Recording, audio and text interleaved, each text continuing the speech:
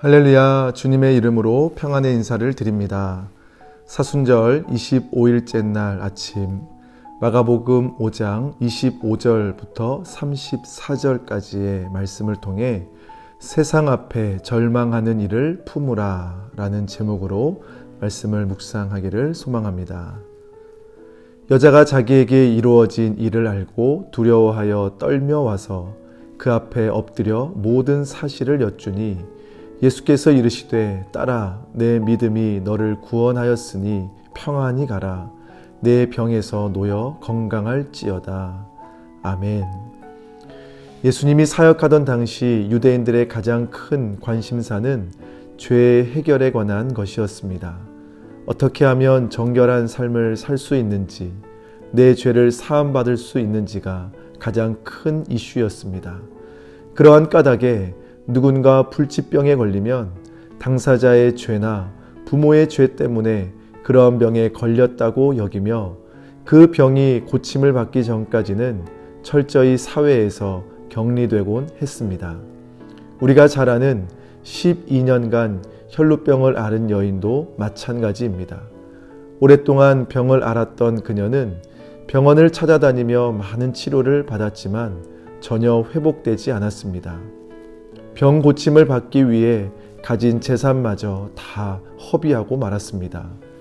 이 여인에게 남은 거라곤 지독한 외로움과 처절한 절망뿐이었습니다. 하지만 그녀는 이러한 극한의 고통 속에서 예수님을 만나게 되고 치유함을 받습니다. 놀랍게도 완전한 자유를 되찾은 것입니다. 여인이 병 고침을 받는 과정에서 몇 가지 주목할 것이 있습니다. 예수께서 그 능력이 자기에게서 나간 줄을 곧 스스로 아시고 무리 가운데서 돌이켜 말씀하시되 누가 내 옷에 손을 대었느냐 하시니, 사실 예수님은 자신을 향한 여인의 행동과 의도를 아셨습니다. 그런데 왜 누구인지를 찾으셨던 걸까요? 다름 아닌 여인과 인격적인 만남을 원하셨기 때문입니다.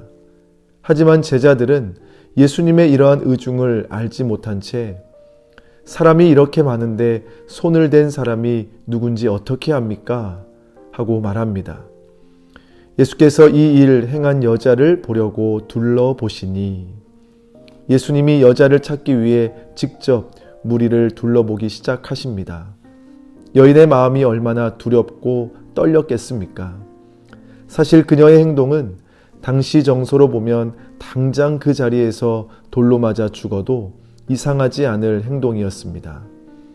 부정한 여인이 거룩하신 예수님을 만지다니 상상도 할 수 없는 일이었던 겁니다.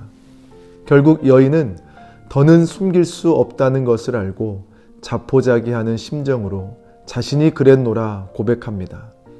그런데 어떠한 상황이 펼쳐집니까? 딸아, 내 믿음이 너를 구원하였으니 평안히 가라. 내 병에서 놓여 건강할지어다. 두려워 떠는 그녀에게 예수님이 친히 아버지가 되어주시고 축복하시며 말씀하십니다. 예수님의 능력이 여인을 구원했다고 하지 않으셨습니다. 여인의 믿음이 여인을 구원했다고 말씀하셨습니다.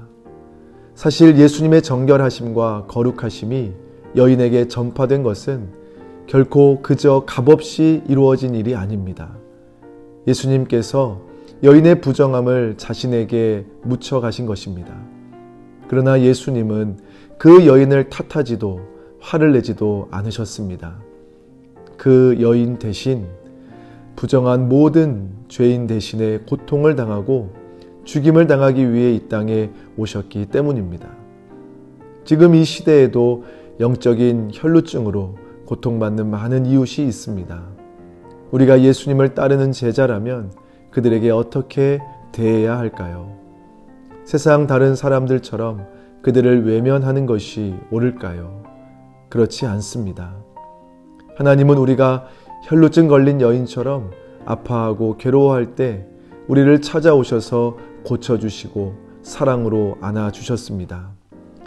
그러니 이제 우리가 그 사랑의 섬김을 이웃에게 보일 차례입니다. 여전히 세상으로 당당히 나오지 못한 이들을 먼저 찾아가 주님의 사랑으로 품고 섬기는 것이 마땅히 우리가 할 일입니다. 기도드리겠습니다. 모든 눈물을 닦아주시는 하나님, 지금도 세상이 만든 장벽 앞에서 울고 있는 영혼들의 눈물을 닦으라고 우리를 부르셨음을 기억합니다. 그 하나님의 마음으로 절망하는 자의 친구가 되고 그들을 일으켜 섬기는 주님의 제자 되게 하옵소서. 예수님의 이름으로 기도드립니다. 아멘.